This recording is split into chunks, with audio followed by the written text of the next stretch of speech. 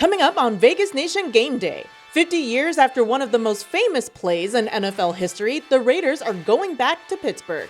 Saturday's game will also honor the man responsible for the legendary play. Raiders, fast takes, and smart coverage coming up right now on Vegas Nation Game Day. Powered by the Las Vegas Review-Journal, this is Vegas Nation Game Day. Presented by D&R House of Diamonds, making luxury affordable. Located in the One Summerlin building in downtown Summerlin. Hello everyone, I'm Heidi Fang, filling in for Cassie Soto this week. Welcome to another episode of Vegas Nation Game Day. This is a very important week for the Raiders, who are heading into Pittsburgh to face the Steelers in a Week 16 matchup.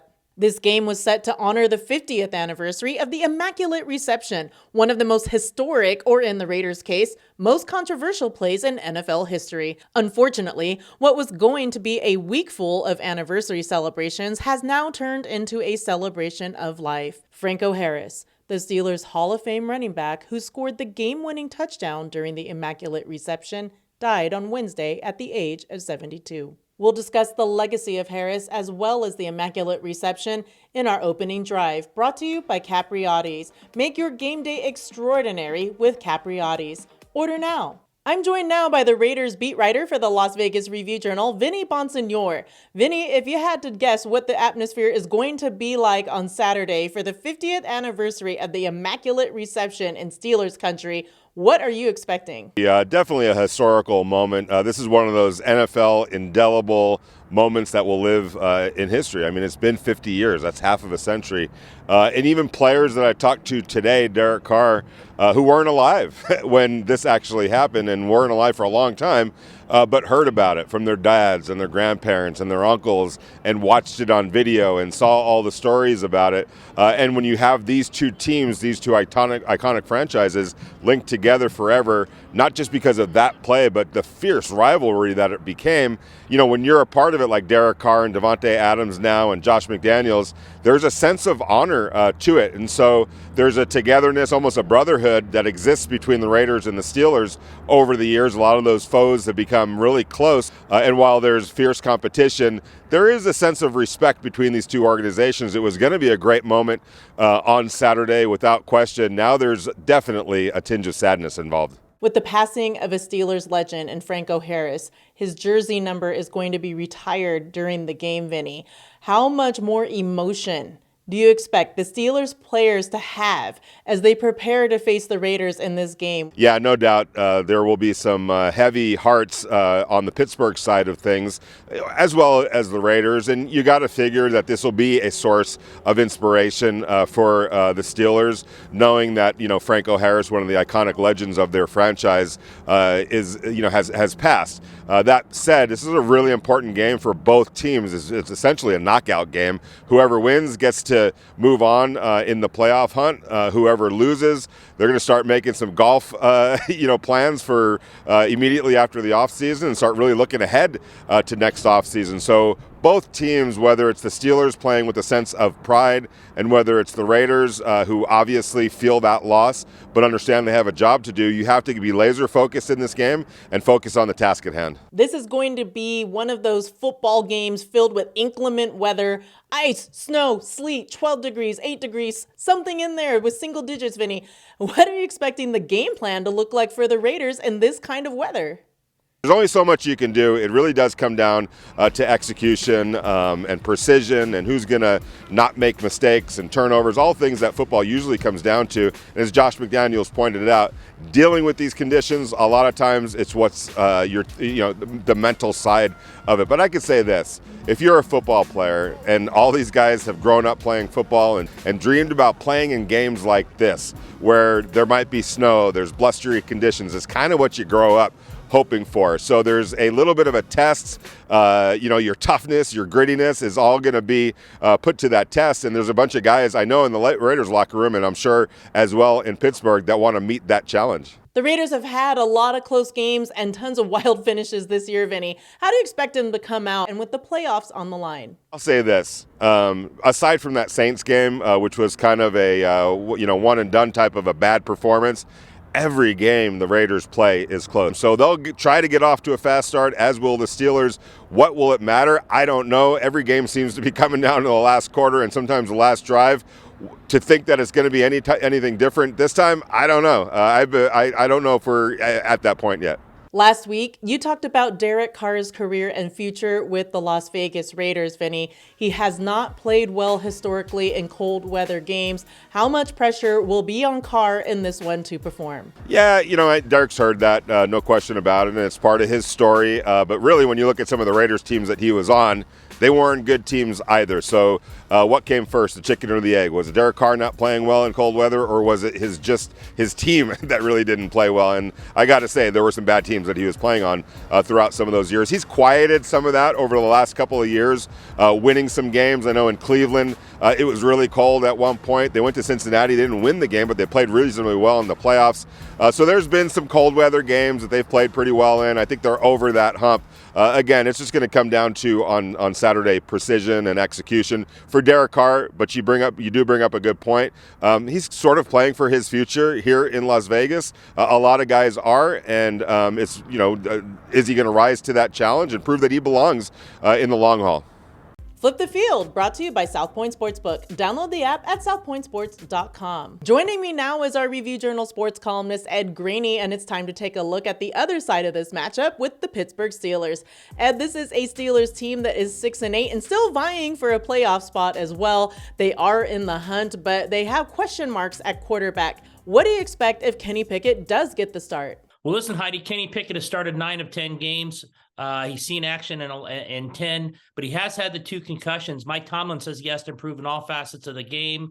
This is a good opportunity, given the weather for the Raiders, if they can apply enough pressure to him to really force him into mistakes. You know what they've said? Smallest hands in the league, Heidi, smallest hands in the league. We're not sure what that is going to entail in the cold weather, trying to throw the ball.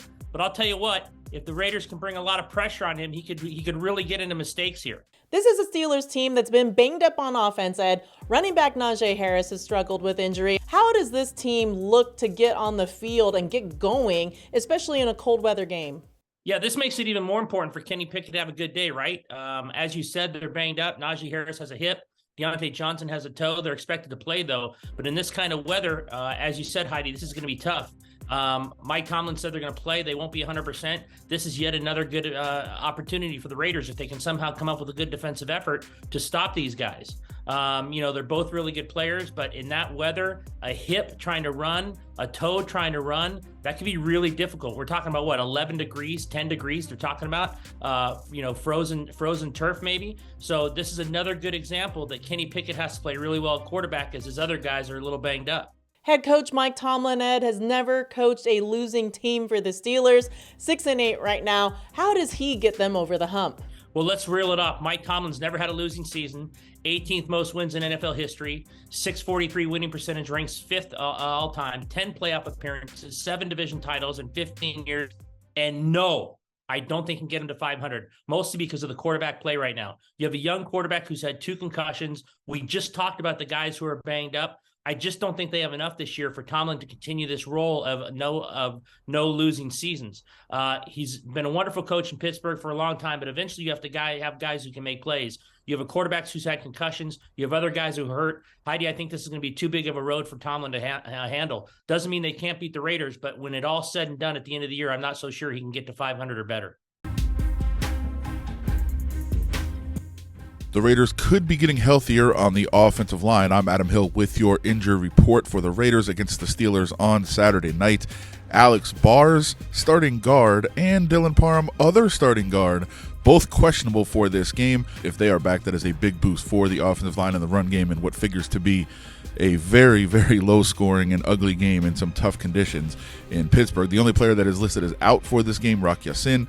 Cornerback has a knee issue. He did not participate all week, and he will not play. Several other players questionable as well for the Raiders. Jackson Barton, offensive tackle. He's got a back injury, was limited the last 2 days. He's questionable. Andrew Billings, defensive tackle, working his way back from that fibula injury. He's also questionable after being limited all week in practice, as is Darian Butler, the linebacker, limited by a quadricep injury. Zamir White, the running back, has an ankle injury. He did not participate The first practice, that was an estimated report early in the week, but limited both of the last 2 days. He's questionable for the game as well. On the other side, Najee Harris didn't practice, the star running back, on Wednesday, but he was a full participant and does not have a designation for the game. The big one to watch, Deontay Johnson, wide receiver, did not participate in either of the last 2 practices, and he is questionable for Saturday night's game. I'm Adam Hill. D&R House of Diamonds is Las Vegas's elite private office jeweler, the perfect bridge between internet pricing and a traditional brick-and-mortar jewelry store. We specialize in loose diamonds, natural and lab-grown, engagement rings, fashion jewelry, custom design, and jewelry repairs. We operate by appointment in our beautiful offices in the One Summerlin building, downtown Summerlin. Our great relationships with the world's largest diamond wholesalers and our low overhead saves you hundreds, if not thousands, on your purchase. With Capriotti's, game day is always extraordinary. Fuel your passion with our award-winning cheesesteaks, in-house oven-roasted turkey, and classic subs. Or create a fan frenzy with our catering trays that are perfect for any crew. At Capriotti's, we deliver extraordinary to you. Now let's get a look at the betting lines with our sports betting columnist Todd Dewey for the Las Vegas Review-Journal. Thanks, Heidi. The Raiders are consensus 2.5-point road underdogs at Pittsburgh tomorrow on the day after the 50th anniversary of the Immaculate Reception and 3 days after the death of Steelers great Franco Harris. BetMGM Sportsbook took a huge quote-unquote 6-figure wager on the Steelers minus 2.5. The sharp bettors have backed the Raiders when the line reached +3 at South Point and Station Casinos.